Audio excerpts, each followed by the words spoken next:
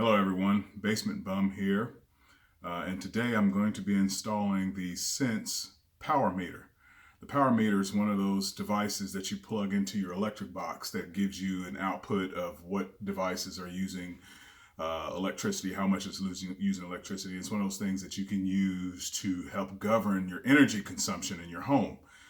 Basically, this thing plugs into the 220 volt breaker in your electric box and listens to all electric current devices using electricity, and it can give you a nice display what's using what, when it's coming on, and it helps you get that do some data mining to help you better govern power usage, and you can control how much utility you're using.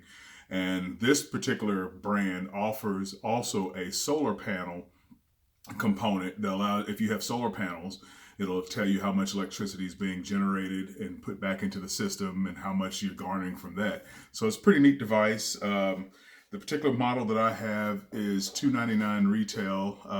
If you got it on Black Friday, you could got it for $229, which saves you about 70 bucks. So it was a pretty good deal. I went ahead and picked it up. It came in a box, and I do apologize for doing the original unboxing, but it came in a pretty neat box. This is the device itself, and if you look closely, it has what looks like a BNC connector where the Wi-Fi antenna connects to, because it connects to your network, and you can connect to it through the app, the provided app, which allows you to see real time what your energy consumption is, plus logging and stuff like that. And then, of course, the input jacks on here are ones for the circuit that's connected to the electric board, and the other one is for the sensors that are actually connected to the mains of your house. So first and foremost, what I wanted to say is better safe than sorry. If you're not comfortable doing electrical work in your house, it is very highly recommended, and I recommend that you get an electrician, a licensed electrician, to help do the install or do the install for you. But proceeding on, the first thing I had to do was shut off all the power in the house. So you flip the main breaker. Now be advised, just because you flip the main breaker, the two leads in are still hot. Okay, so you got to be very careful not to touch them at all. They're still hot, and this is the power coming to the house. Everything from here down is cut off. So everything in the house is cut off, but the power coming in off the pole is still hot. So be careful. But the next thing I had to do, it comes with, like I said, it comes with these two sensors that you connect to the leads up there, and then it jacks into the device. And then it has a Wi-Fi connection that screws into the device, and on right here is the Wi-Fi antenna, which will connect to my wireless network. And then I've already started the install, but then it actually has the connectors that actually plug into the 240 breaker, and it has to be a double pole, okay, not a tandem. I have a tandem breaker on here that is right here. This is a tandem breaker, and basically it's got two switch flips in here on the same breaker. Now you can tell the difference. A tandem does not have the tie pole right here that lets you know that this is a double pole, and it's there so that you can disable both sides at the same time. But a tandem doesn't have that, and it only takes up one slot of the breaker, while this 240 volt double pole takes up two. Okay, so you have to know the difference between those two. But like I said, I shut off all the power in the house so I can touch all this stuff without worry. I just can't touch the mains yet. Okay. Now, the first thing you do, like I said, if you cut off the power, is you go ahead and connect in the connection to the breaker. And you have to use a spare 240. If you don't have a spare, you can use one that's in use, but it's recommended to use a spare so that it's not getting signal bleed from anything else in the panel. And so I got to be careful. And So you put the black in at the top. There's 3 connections here that you have to make. You have to make the line in, line out, and the neutral. And so my fingers are too big. My fingers are too big. So I gotta be careful. I don't want to damage. Yet I want to get it in there correctly, which is hard. Feeding through these wires. But you get the hot, and then you connect the neutral. And then once you get those in,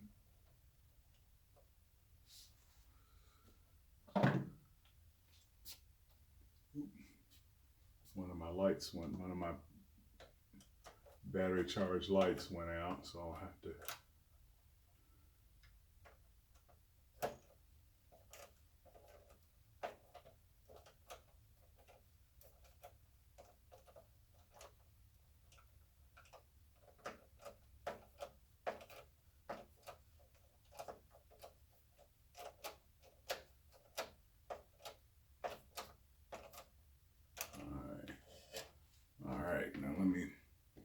pull up my other light and bring it in position.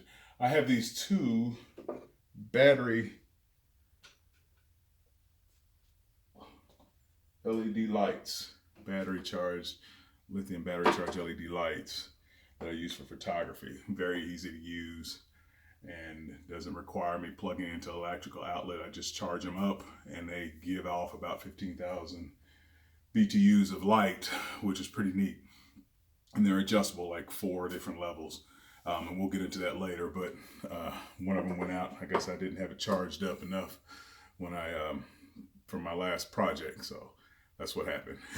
Don't think the lights were on and then all of a sudden it went out. No, thank goodness. All right. And I'm gonna hook up the out.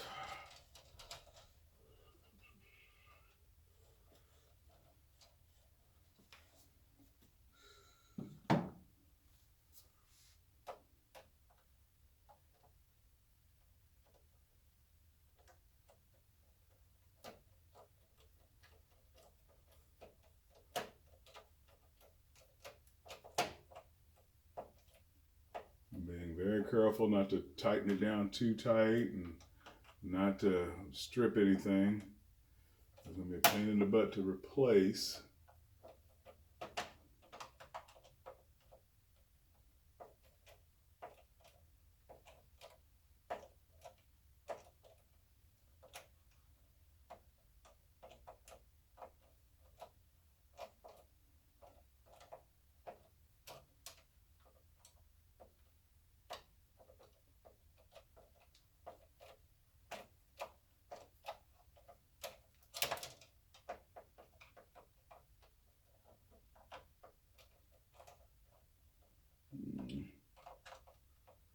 What I needed was a torque, not a flathead.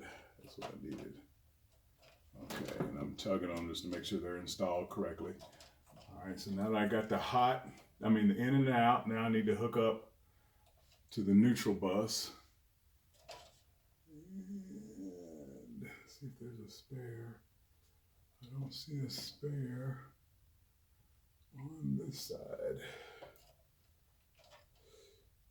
Oh.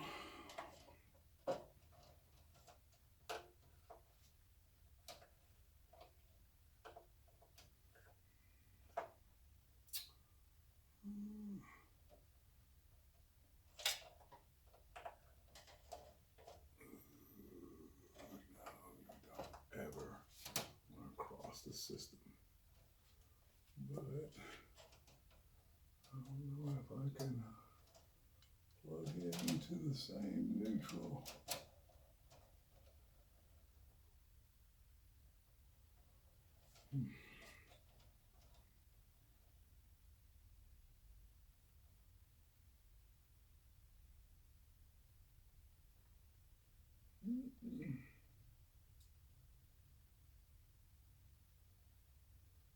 Trying to see if there is a neutral. Doesn't look like there's one, so I may have to share. And what I'll do is I'll share.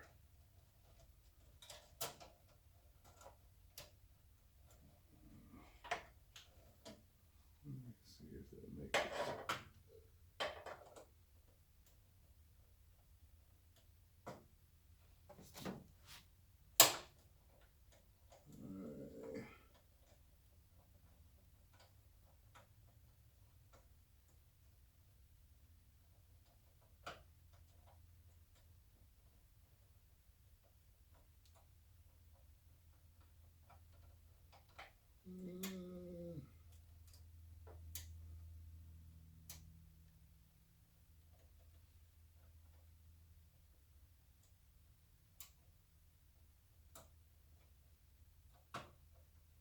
There we go.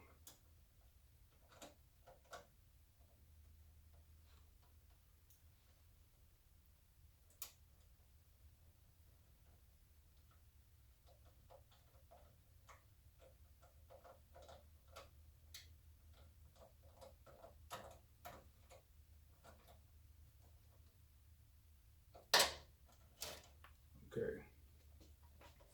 All right, so we got the neutral, the hot, we got the neutral, the hot in, and the hot out.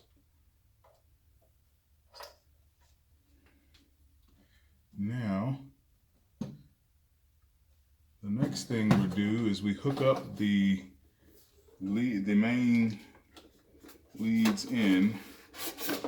And according to the instructions, it's best that you plug in the connections to the device first before you hook them up to the leads.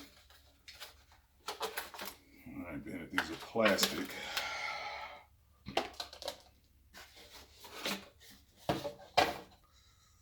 Let's see here.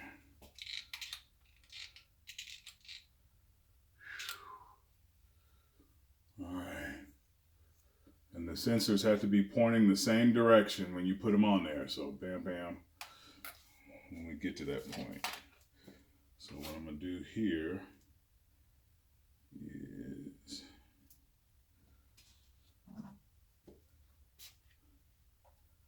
plug them up. And it's color coordinated, and the plugs can only go in a certain way, so you're not plugging into the wrong connector.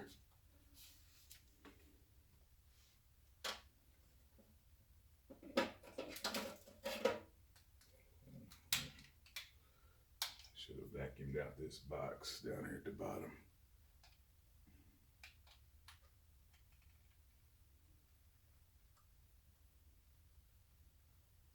Plugging up the Wi-Fi antenna to the box.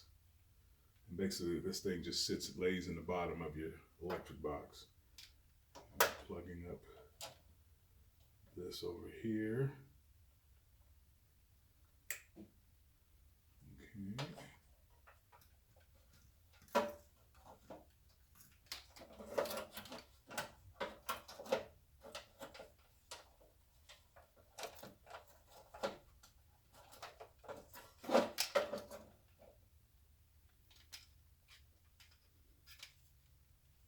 Okay.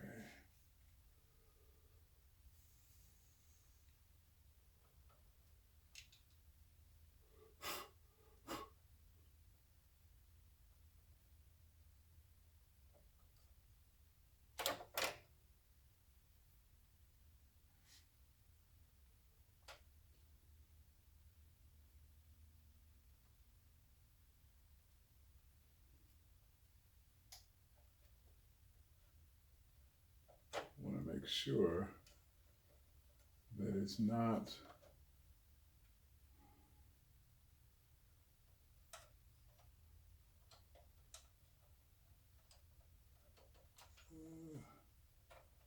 I probably should have fed it through the backside.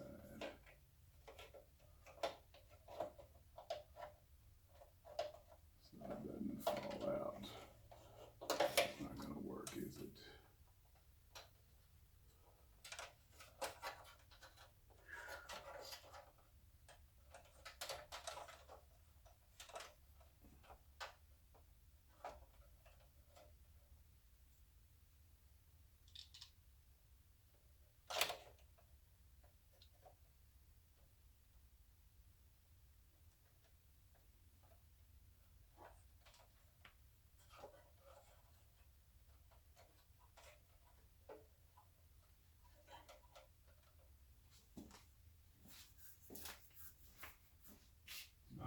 get some plastic twist ties here so that I can secure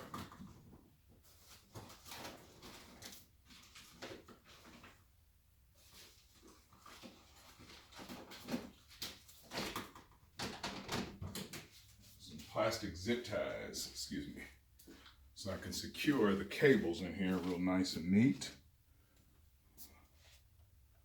Don't want them popping off,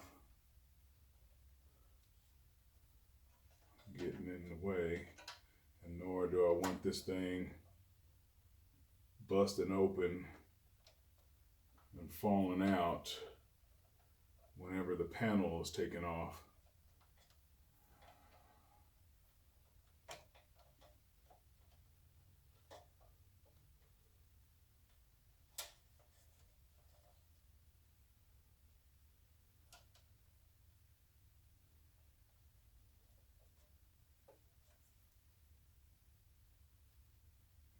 Dress this up really neat. I'm going to be curious just to see what kind of information comes back once I get the app installed.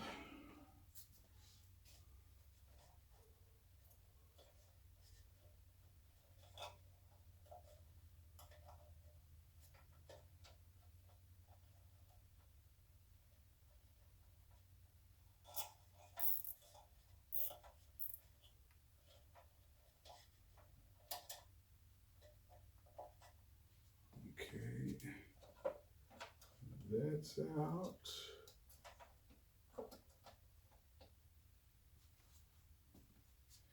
And I'm going to put one more down here.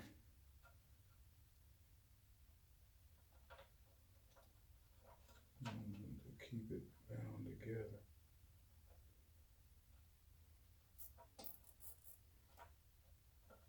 You know, they're not too tight, terribly tight, but there you go, and voila.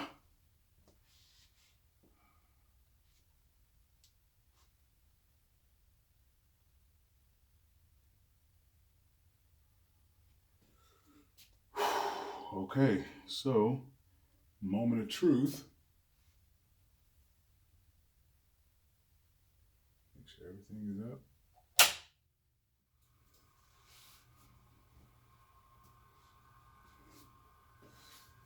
We should hear some beeps. Everything is hooked up right.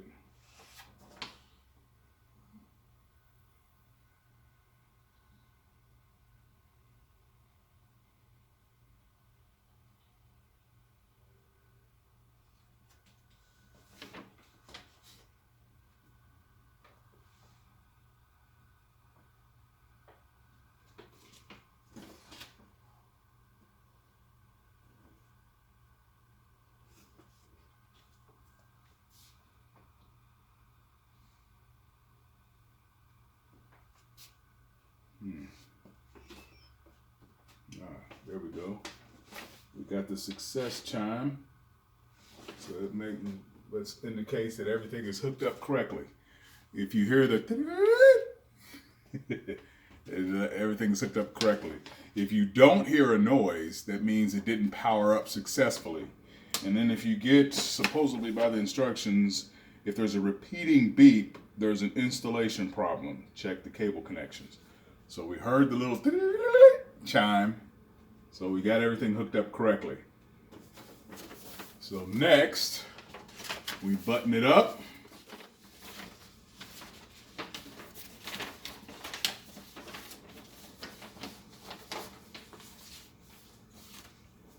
And then install the app. And then from there, I'll set up another video to show you guys what I see on the screen. But so far, so good. This is Basement Bum signing off.